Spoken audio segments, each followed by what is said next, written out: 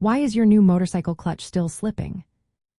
Imagine you just installed a brand new clutch on your motorcycle, excited to hit the road, but instead, you notice the engine revs high, yet the bike refuses to accelerate properly. That can be frustrating, especially after spending time and money on a new part. So, what could be causing this slip even with a fresh clutch? Let's break it down. A motorcycle clutch is made up of friction plates and steel plates, pressed together by clutch springs. When you pull the clutch lever, it separates these plates, disconnecting the engine from the transmission. When you releases it, the plates should grip tightly to transfer power. If your clutch slips, it means the plates aren't gripping enough to transfer all the engine's power to the rear wheel. One common cause is incorrect adjustment. The clutch cable should have a tiny amount of free play, usually a few millimeters.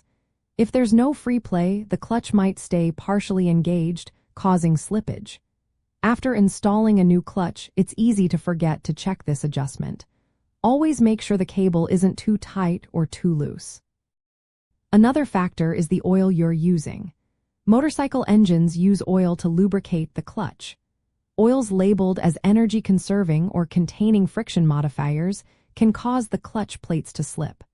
Always use oil that meets your motorcycle manufacturer's specifications, typically motorcycle-specific oils without friction modifiers. Worn or weak clutch springs can also lead to slippage. Even new springs can be defective or not match your bike's torque needs. Check the free length of the springs against the specifications in your service manual. If they're too short, replace them with springs designed for your model. The stack height, which is the total thickness of all the clutch plates, is another important detail. If the stack is too thin, the springs won't press the plates together with enough force. During installation, measure the stack height and compare it to the manual's recommended range. If it's off, the clutch won't grip properly. If you've upgraded your engine for more power, the stock clutch might not handle the extra torque. In that case, a performance clutch kit designed for higher horsepower is a good idea. These kits usually include stronger springs and friction plates that can handle increased power levels. Installation mistakes are also common. If the plates are installed out of order or if the clutch basket or hub has notches or wear, the clutch won't work as intended. Always inspect the basket and hub for damage and replace them if needed before installing the new clutch. To test if your clutch is slipping, try this. Put your bike in a high gear, hold the front brake, and gently releases the clutch while giving some throttle. If the engine revs up but the bike doesn't move, the clutch is slipping.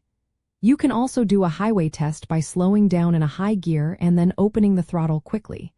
If the engine revs climb without a corresponding increase in speed, that's another sign of slipping. In summary, even with a new clutch, slippage can happen due to improper adjustment, wrong oil, weak springs, incorrect stack height, engine upgrades, or installation errors. Always follow your motorcycle's service manual closely, use the right parts and fluids, and double-check your work. If the slipping continues, carefully inspect each component to find the root cause. Proper maintenance and correct installation are key to keeping your clutch working smoothly and your ride enjoyable.